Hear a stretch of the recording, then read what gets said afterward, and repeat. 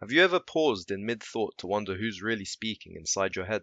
Is it truly you, or have the words that shape your perceptions been woven by forces beyond your awareness, linguistic, cultural, even biological? Language promises us the power to name the unknown, to make sense of reality, yet it can also limit our vision of what's possible. Beyond the neat boundaries of vocabulary, entire worlds might remain unspoken, waiting to be discovered. In this video, we journey into the heart of this paradox, how language can elevate or entrap us, how civilizations have both worshipped and feared the written word, and how altered states like those triggered by psychedelics can fracture our habitual speech, exposing deeper truths. Open your mind as we break the language code and unearth secrets that hover between silence and speech, wonder and reason. Language is often hailed as humanity's crowning invention, a tool that grants us access to shared knowledge and collective imagination. Indeed, it's no coincidence that complex social structures, technological breakthroughs, and cultural identities flourish most robustly where language is rich and multi-layered. We can encode plans, express abstract concepts, debate ethics, and craft poetry, all thanks to our ability to translate inner experience into symbols. Yet, as philosopher Ludwig Wittgenstein noted, the limits of my language mean the limits of my world. This isn't just a poetic flourish, it speaks to a subtle tyranny. The vocabulary and grammar we inherit can predefine how we categorize reality. If a language has no term for a particular hue, that color may fade into insignificance, perceptually overlooked. If we lack words for nuanced emotional states, we may struggle to articulate and thereby understand the complexity of our feelings. Consider how children learn to label the world.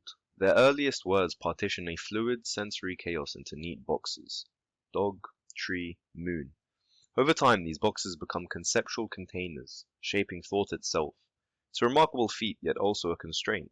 Like a painter, limited to certain pigments, we're often trapped by the palette our language provides.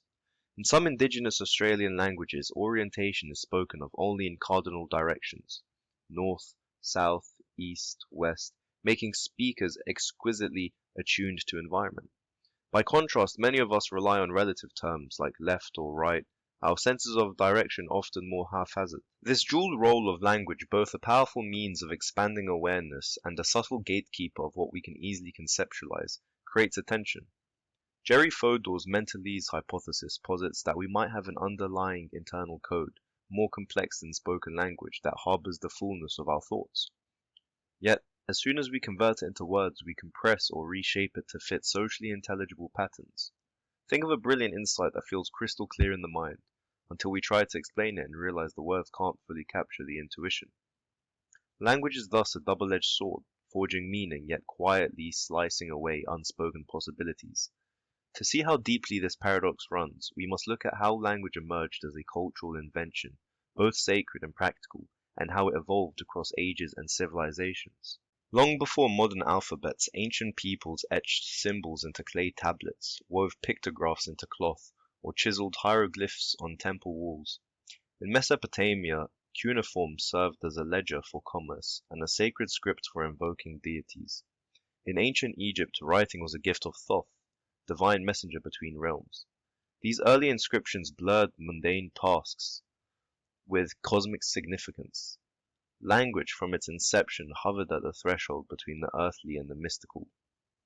Walter Ong, in Orality and Literacy, argued that the shift from spoken words to written script reconfigured human consciousness. Oral societies rely on memory, performance, and communal improvisation. Knowledge lives and dies in the breath of storytellers. But once set in stone or ink, language gains an almost timeless quality, outliving its authors, amassing in libraries and reshaping how societies perceive history and selfhood. Think of how the advent of writing spurred legal codes, permanent records, and eventually the possibility of mass education. For better or worse, we began externalizing our thoughts, allowing them to accumulate across generations. This transition wasn't merely technological, it carried spiritual undertones. In many traditions, the written word was seen as dangerously potent. Scribes acted as intermediaries, bridging cosmic forces and social order.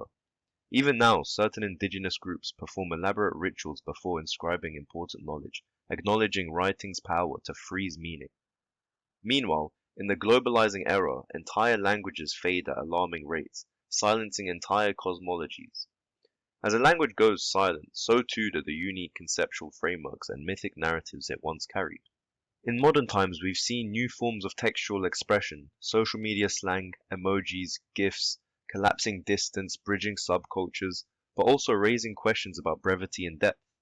Are we witnessing a linguistic renaissance or the dilution of nuance?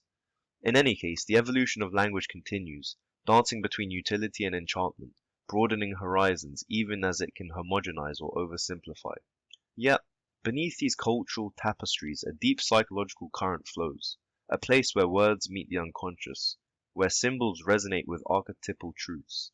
That current beckons us deeper towards the realm of Jungian archetypes and Freudian slips. Speak with someone for long enough and you may notice curious linguistic quirks, recurring metaphors, repeated phrases, odd substitutions. These might reflect more than style, they could reveal submerged emotional or mythic content. Carl Jung proposed that we share a collective unconscious full of archetypes, universal templates like the hero, the trickster, the wise elder, or the shadow. Across time and culture, these archetypes surface in legends, dreams, and everyday discourse. We invoke them unconsciously in our speech and stories, tethering personal experiences to timeless psychic patterns. Sigmund Freud, in contrast, delved into personal unconscious desires and conflicts. His famous Freudian slips, when the tongue betrays a hidden wish or anxiety, suggests that speech is never purely conscious. Within the blink of a moment, repressed elements might slip past our mental guards, shaping the words we utter. Have you ever called someone by the wrong name in a context that reveals your true feelings? Freud would argue it's no accident. Now imagine these unconscious forces choreographing our daily language in ways we barely perceive. The idea of an ego's encryption emerges, that the psyche encodes unacceptable or deeply felt material into metaphors, euphemisms, or subtle misstatements. Psychoanalyst Jacques Lacan famously insisted that the unconscious is structured like a language, meaning our deepest psychic layers speak in codes, puns, symbols, and dreamlike narratives. It's no coincidence that many dream interpretation manuals draw heavily on linguistic analogies to decipher images. In our age of machine learning, algorithms can scan text for emotional markers, detecting, for an instance, depressing states or stress levels from subtle word choices. Could a sufficiently refined AI pass these encryptions, revealing truths hidden even to ourselves? Or does the very act of scanning reduce the poetry of the unconscious to mere data points? These questions highlight the delicate interplay between speech, identity, and the oceanic depths of unarticulated thoughts. But what truly happens when the scaffolding of language itself collapses? When experience spill outside the realm of shared vocabulary? This question leads us to a realm that challenges linguistic boundaries: psychedelics. Psychedelic states brought on by substances like psilocybin, LSD, or DMT can feel like entering a dream while fully awake. Emotional intensities spike, visual patterns swell, and the ego's grip loosens. Stanislav Grof, a pioneering researcher, once likened psychedelics to a high-powered microscope for the psyche, bringing normally hidden layers of consciousness into vivid focus. In such conditions, our usual word-based frameworks falter. Sentences might collapse, grammar disintegrates, and one might conjure new words, neologisms, to describe alien sensations. Aldous Huxley wrote of doors of perception, urging us to realize that linguistic constructs can be flimsy walls blocking the raw immensity of reality. Under psychedelics, these walls can splinter, allowing non-linguistic insights, pure archetypal imagery, revelations of unity or cosmic irony to rush in. Some experiences remain utterly beyond the scope of language, leaving travelers grasping at metaphors and poetic fragments upon return. But rather than seeing this breakdown as a mere dissolution, it can be interpreted as a purification, a chance to witness what the mind is without its typical code. For some, this open state might yield personal catharsis or spiritual rebirth. For others, it might produce existential dread. Either way, it highlights how heavily we rely on words to navigate existence and how, in their absence, we confront the raw energies of our unconscious. With these insights in mind, let's zoom out and re-examine the everyday ways language frames our reality. Even without psychedelics, the very metaphors we choose or the categories we employ might be quietly scripting our worldview. If we view language as a lens, then each structure, grammatical, syntactic, metaphorical, bends our perception, much like a prism refracts light. The Sapir-Whorf hypothesis contends that our mother tongue subtly orients how we see time, space, color, and relationships. Although early theories of strict linguistic determinism have softened, modern research supports the idea that language nudges cognition along certain paths. Imagine describing your week without tenses, only a fluid sense of ongoing time, or perceiving blue as two distinct hues, as some Russian speakers do, goluboy and sini. These nuances shift what we notice and remember. Meanwhile, George Lakoff and Mark Johnson argue we live by metaphors. Calling an argument a battle primes us for aggression. Calling it a dance evokes collaboration. Our language doesn't merely communicate, it suggests how we ought to act.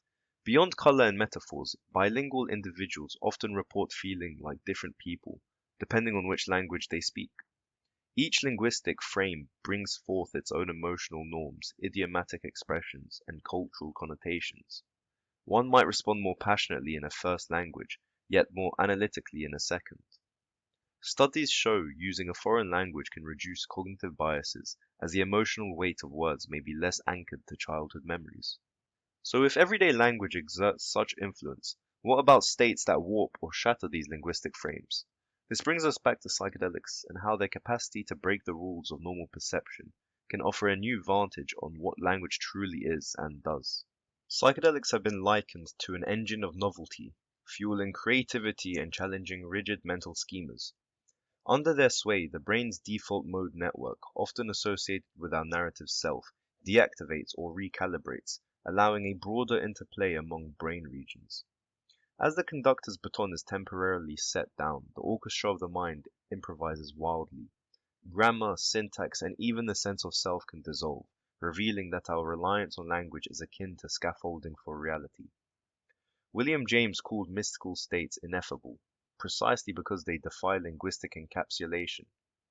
One might sense time folding in on itself, or experience unity with the cosmos, sensations so foreign to our standard cultural scripts that describing them becomes a puzzle. Some describe glossolalia, speaking in tongues, or spontaneously forging words to convey swirling shapes or vivid emotional surges.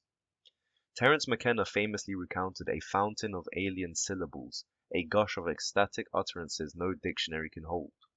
This fracturing can be disorienting, but also illuminating. It forces us to question what language emits. Are there forms of knowledge or states of being that words systematically exclude? Do we rely on language not just to communicate but to maintain the illusion of a stable, coherent self? When psychedelics yank away these structural beams, we confront raw experience, an unfiltered swirl of sense and symbol that might be as close to pure being as we can get. Such revelations can be humbling. They remind us that language, for all its genius, offers only a partial map of reality. Once we see the map's edges, how do we integrate that knowledge into our everyday world-bound lives? In the end, we circle back to a single profound question. Are we using language or is language using us? The philosopher Daniel Dennett suggests that words can behave like memes, parasitically shaping our minds to replicate themselves. Yet, consider the mutual gifts, communication, empathy, planning, art. Perhaps it's a dance of co-creation, an evolutionary tango when language molds cognition and cognition refines language in turn. We've traveled through ancient scripts, passing from orality into literacy, from Jung's collective unconscious into Freud's slips of the tongue, from daily metaphors to psychedelic upheavals. Along the way, we've glimpsed how words serve not just as tools, but as living symbols that bind us to meaning, and sometimes bind us within it. As you step away from this exploration, pay attention to the words fluttering in your mind. Hear how they guide your sense of self, your relationships, your dreams. Then sense the silence beneath them, the vast, nameless ocean of pure thought. For all our glorious vocabularies, sometimes the great wisdom is found in the space between words, where deeper truths gently call us to listen and to wonder.